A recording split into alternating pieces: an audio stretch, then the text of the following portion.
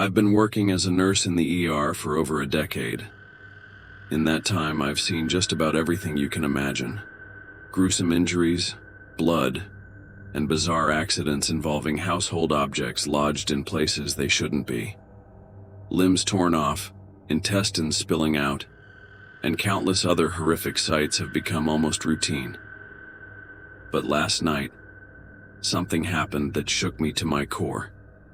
3 girls came in, and for the first time in my career, I was genuinely terrified. The story of these girls was horrifying from the start. They had been kidnapped by a sick individual who kept them imprisoned in his basement for who knows how long. These poor souls were finally found and brought to our hospital. My hospital isn't very large, and we only have a handful of nurses trained to handle rape kits. That night, it was just me and a new nurse named Laura on duty. We were summoned to special examination rooms set aside for such tragic cases. These rooms are slightly different from the regular ones, less sterile, more private, and with extra chairs for police officers to sit and interview the victims. I expected chaos, but when the girls were brought in, the place was eerily quiet. Everyone whispered about the poor girls rescued from some pervert's garage. As I examined each girl, I noticed they all shared some unsettling characteristics. None of them could speak or make any noise, communicating only with simple gestures. Their eyes were identical, not just in color but in the pattern of the flecks. It was like looking into the same eyes in each room. Each had a peculiar bump between their shoulder blades, and they were losing hair at an alarming rate. Their blood work, however, showed they were in perfect health. No drugs, no malnutrition, nothing that explained their physical condition. They were pale, like someone kept indoors for years, but without the typical health issues that come with it. Then things got even stranger. When I went to perform a pelvic exam, I found that none of them had genitalia. No vaginas, no anuses, just smooth skin like a plastic doll. Laura and I met in a supply closet to whisper about what we were seeing. What were these girls? What had that man done to them? We considered calling in specialists, but there were no signs of recent surgeries or scars. It was like they had always been this way. I decided to try to communicate with one of them again. I entered the room of a girl with black hair and vaguely Asian features. Her eyes were an unsettling blue. I introduced myself and asked if she understood English. She nodded slightly. When I asked if she could speak, she just stared at me. I asked her where she was from, how old she was, but got no response. Finally, out of desperation, I asked, "Are you a human being?" Her mouth dropped open too far, and though no sound came from her, I heard screams from the other rooms. The other girls were suddenly in a state of panic. The police officers rushed to their rooms, but I knew they wouldn't understand. In a blur, I left the hospital, not even clocking out.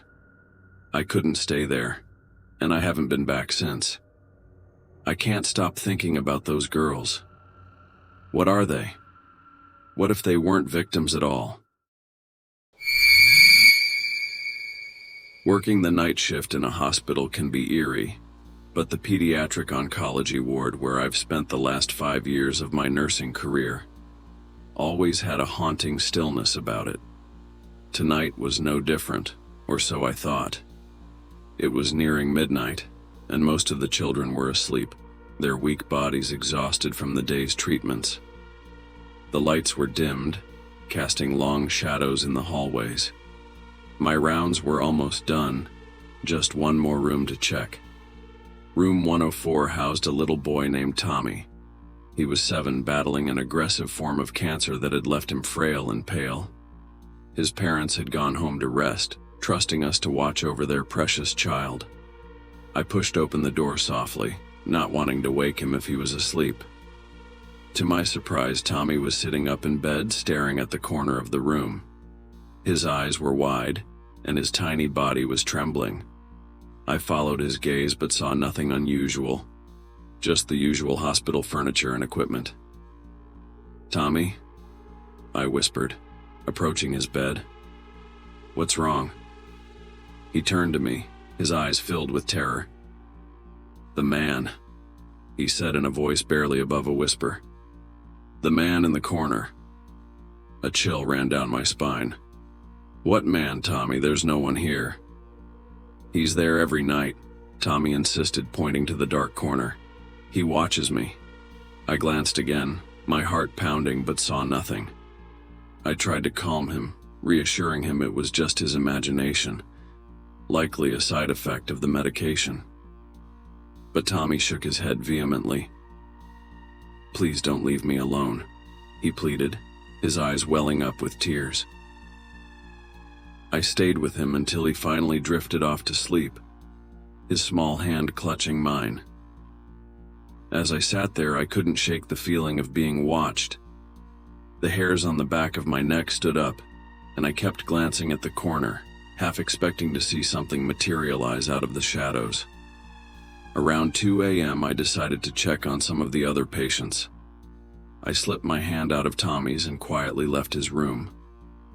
As I walked down the hallway, I noticed something strange. The air seemed colder and the lights flickered slightly. I shrugged it off, blaming old wiring and my tired mind. The next room I entered was Sarah's. She was a bubbly 6-year-old with a smile that could light up the darkest room. But tonight her room was dark and she was awake, sitting up just like Tommy had been. "Sarah, sweetie, why aren't you sleeping?" I asked, trying to keep my voice cheerful. "He's here," she whispered, her eyes darting around the room. "The man. He comes every night." A knot formed in my stomach. "What man?" "He stands in the corner and watches us," she said, her voice trembling. I felt a cold sweat break out on my forehead. 2 children seeing the same thing couldn't be a coincidence. I stayed with Sarah until she fell asleep, her breathing finally steady. But the sense of unease didn't leave me. As I continued my rounds, I heard soft whispers echoing through the halls, though there was no one there. Doors that I knew I had closed were now slightly ajar, and the temperature seemed to drop with each step I took. Finally, I returned to the nurse's station, hoping to distract myself with some paperwork. But when I sat down, the lights flickered again, and the computer screen went black. A cold draft blew through the room, making me shiver.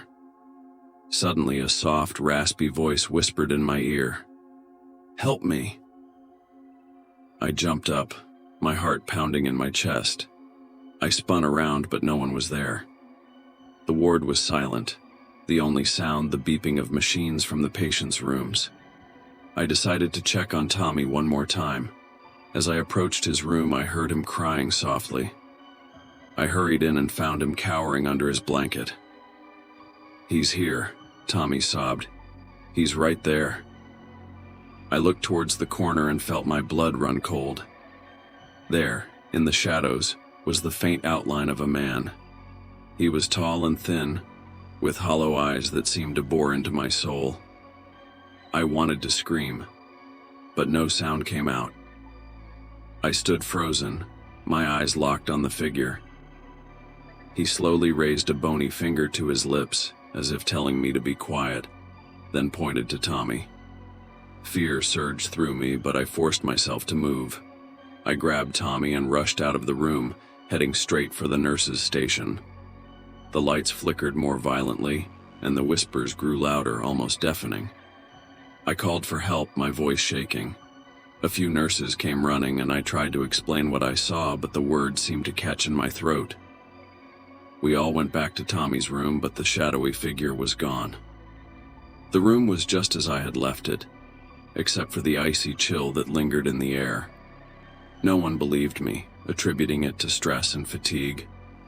But I knew what I saw, and so did the children. The rest of my shift was a blur of fear and paranoia. Every shadow seemed to move, and every whisper felt like it was directed at me.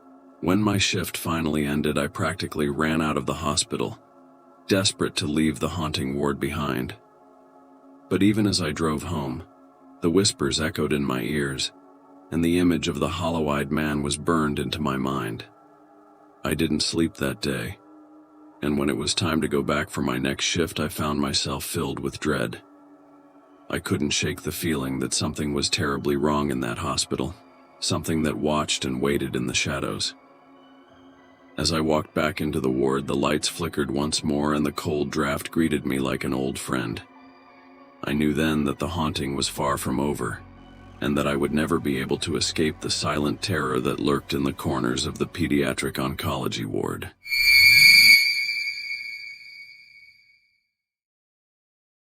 It was a cold November night when I started my night shift at San Giovanni Hospital.